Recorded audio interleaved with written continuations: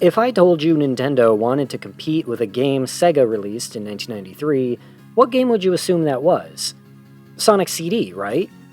You'd think so, but no, actually, it was the Genesis version of Disney's Aladdin video game. Yeah, it's a wild thought, but turns out Nintendo was quite jealous of the Disney animators that worked on SEGA's version of Aladdin, and wanted a game that could compete with that. But rather than opt to work with Disney as well, they instead wanted to make something from within their stable of characters, and challenge the House of Mouse directly. Mario, Link, Samus, and most recently Kirby all had successful Super Nintendo entries. And not wanting to repeat themselves, that didn't leave Nintendo with a whole lot of options in their pre-existing primary lineup. But there was one that hadn't been used for over a decade at this point, and it was one that could be considered one of their primordial characters: Donkey Kong.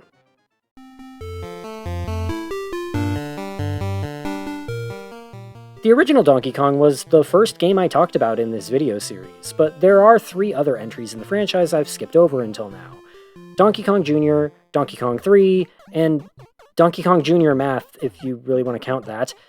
While it wasn't uncommon at the time for games even within a single franchise to vary wildly from sequel to sequel, in fact I'd say it was kind of the norm throughout much of the 80s, the shift from platformer to edutainment to shooter meant the Donkey Kong brand didn't really have a defined tone or focus, not to mention any real connecting narrative tissue. So Nintendo did have an established franchise to work with, but there wasn't much substance to be found in it. Enter developer Rare Limited. Rare is a British company founded after Tim and Chris Stamper tried to form a partnership with Nintendo to break into the blossoming video game market of the 80s. They were turned away at the time, and so the Stampers obsessively studied the NES hardware, to the point of learning how it could be reverse engineered, something Nintendo had confidently claimed wasn't possible. Tim and Chris presented their findings to Minoru Arakawa, the founder of Nintendo of America, and Nintendo higher-ups were so impressed that Rare was granted a developer's license almost immediately, soon creating a few big-name NES titles such as Battletoads. Around the time the Super NES released, Rare began to slow down on game development to instead focus on the new and exciting study of 3D graphics rendering. This led to the suggestion of creating an entire game using pre-rendered graphics, which would have been unheard of on home consoles at the time. It was also the groundbreaking graphical maneuver that Nintendo was looking for, and upon being effectively given carte blanche with Donkey Kong, Rare would reboot the franchise almost wholesale. Despite some concerns about the graphics from Nintendo higher-ups, Miyamoto himself thought Rare was doing well, and continued to give his input throughout development. When it was first shown at the 1994 Consumers Electronics Show, it was believed to be for the upcoming Nintendo Ultra 64, before quite literally stunning the audience into silence when it was announced to instead be released for the Super Nintendo. It took 18 months of allegedly 16-hour workdays to finish the game, but in November of 1994, Donkey Kong Country would indeed see release.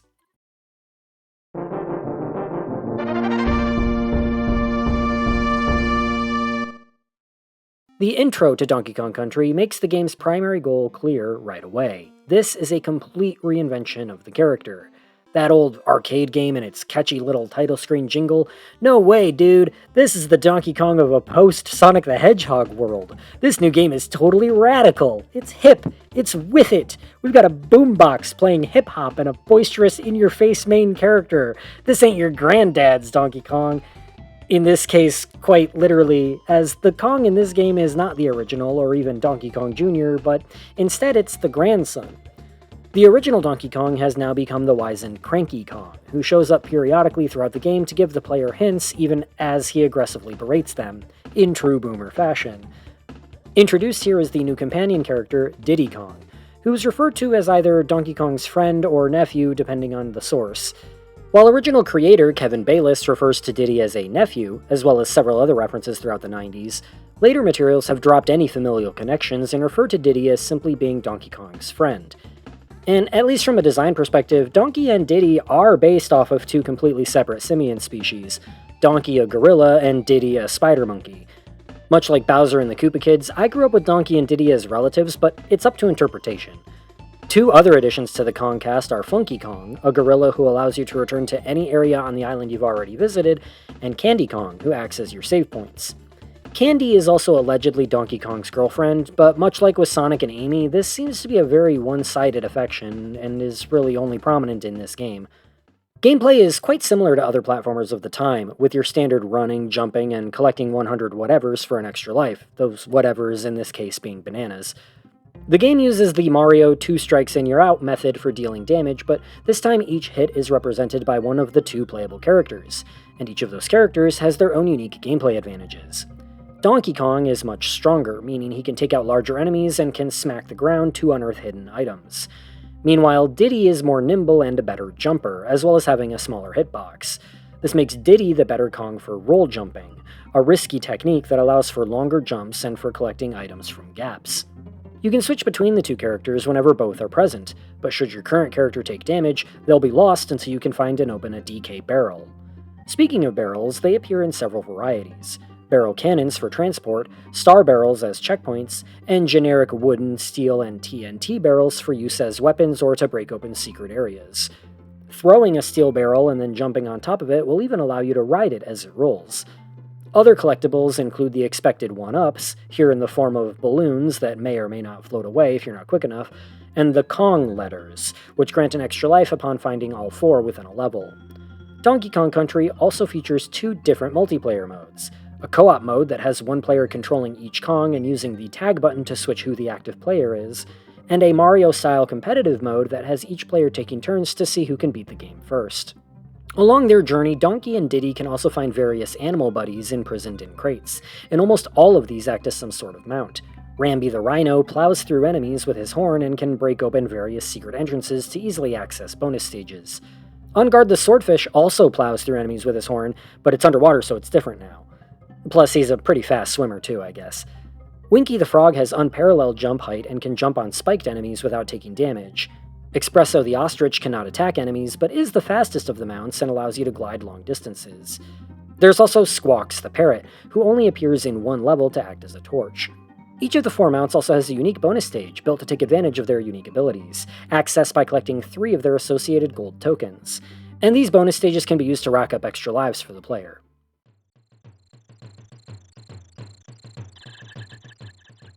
The music is wonderfully atmospheric. Inspired by Koji Kondo's work on Mario and Zelda, composer David Wise would play each level in depth first, giving him an intimate understanding of what feelings each one evoked, before writing pieces he felt would fit. The opening level track, DK Island Swing, has become iconic, but Aquatic Ambiance in particular is the pinnacle of his work in my opinion.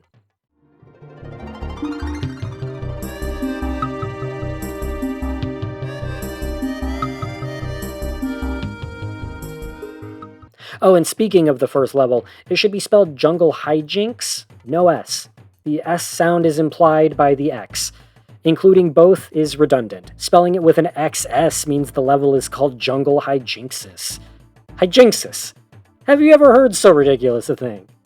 Poppycock, I say! The game's setting is comprised of 6 areas in total, each split further into 6 levels and guarded by a boss at the end, with a 7th area being reserved entirely for the showdown against the evil King K. Rool. Each level can include a variety of gimmicks across tropical, winter, or underwater environments, with a few mining areas thrown in for good measure. The minecart segments are certainly memorable, but the fuel platform in the Tanked Up Trouble level is nothing but obnoxious. Several levels have the player navigating chains of barrel cannons, often requiring that you wait for the cannons to line up properly or for enemies to move out of the way. There's plenty of underwater segments too, with swim mechanics that aren't at all terrible, especially if you find on guard.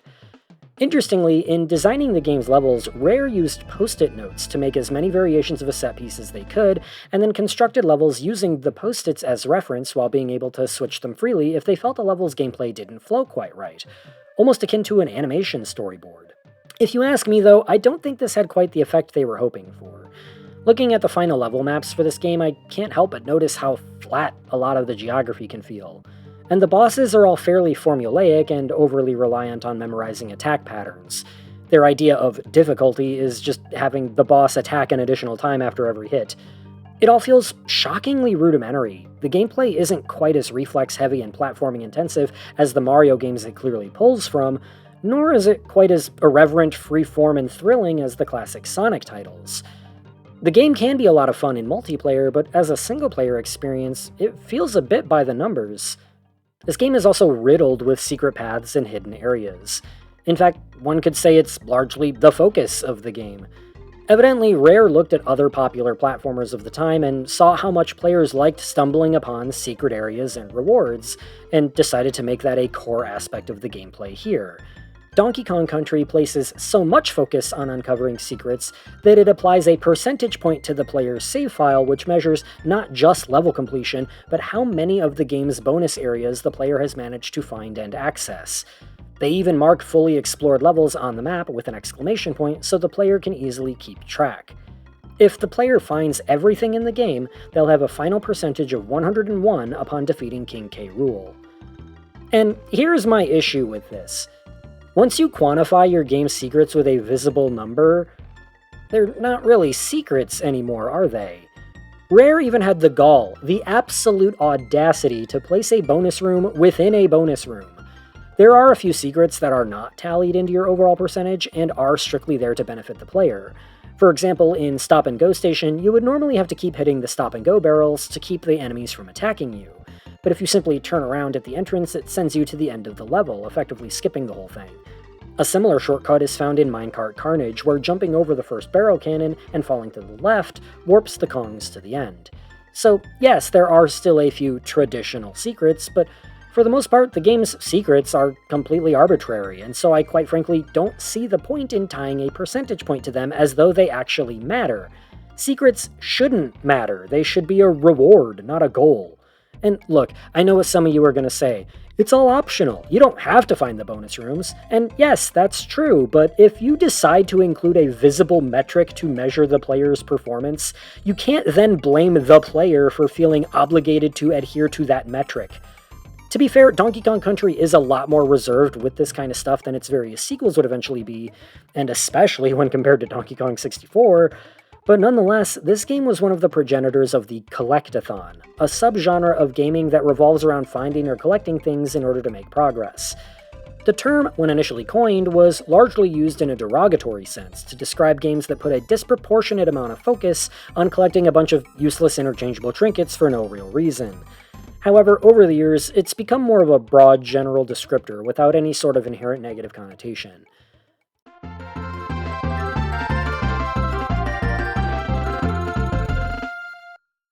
How do we make the roundness, the 3D? Actually, it was created on the challenge, first in wireframe. Actually, then you grow shade them, or you can Phong shade them, and then you actually texture map them. And you can even tri-linearly bitmap interpolate. But Donkey Kong Country's biggest selling point, the whole impetus behind its creation, were those pre-rendered graphics.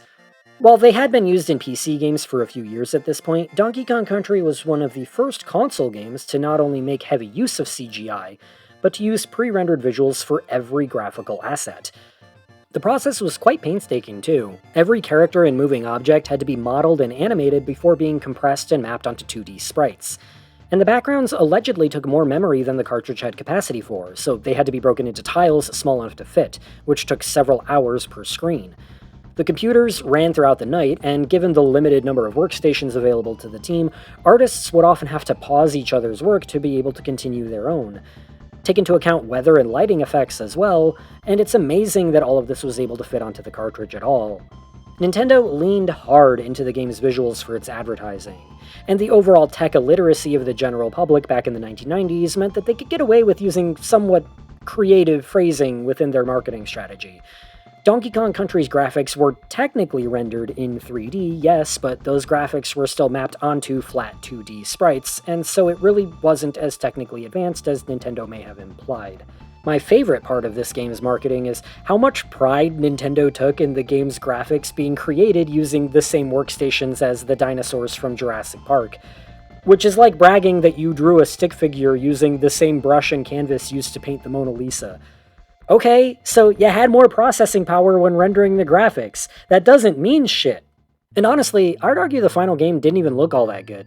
Impressive for its time, sure, but the final sprites all have a weird sort of sheen to them that makes everything look like plastic, particularly the backgrounds. Which is fine if that's what they were going for, but is that what they were going for? And while I don't at all question the decision to use pre-rendered visuals for this game, after all, it was an exciting new frontier in the worlds of both animation and video games, and someone had to make those first steps, I also don't think it's entirely unfair for me to point out how much more poorly those visuals age when compared to traditional 2D sprite art. Despite being outdated by definition, sprites can often have a sort of timeless quality to them when done well. And the 16-bit generation especially occupies this sort of sweet spot for sprite art, in between the limited 8-bit generation and the growing pains of the early 3D era.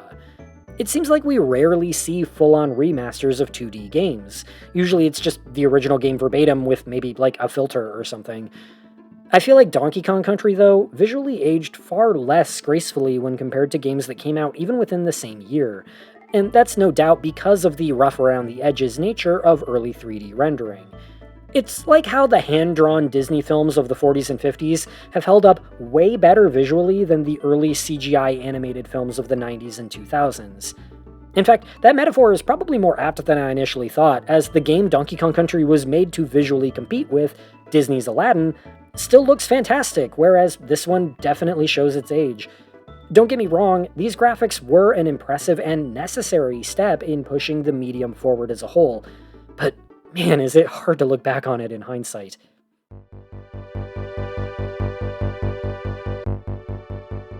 Nevertheless, to say Donkey Kong Country was successful is selling the Kong family short. At 9.3 million copies sold, it is the third best-selling title on the SNES, and the best-selling title in the Donkey Kong franchise. In the wake of Country's release, Nintendo would purchase majority shares in Rare, and keep working with them as a second-party developer until 2002, when Rare would be purchased by Microsoft. There are currently 8 more main games in the Country timeline, with Retro Studios stepping in for the most recent 2 after Rare's acquisition.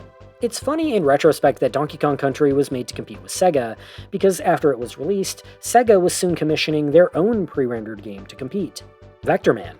Country would also be the primary inspiration for the Crash Bandicoot series, and pave the way for the use of pre-rendered graphics in console gaming. But most importantly of all, Donkey Kong Country also allowed the SNES to still compete with the upcoming Sony PlayStation and Sega Saturn, as they were set to release well before Nintendo's next console, the mythical Ultra 64. And that's all quite impressive for an ape that was abandoned for a decade.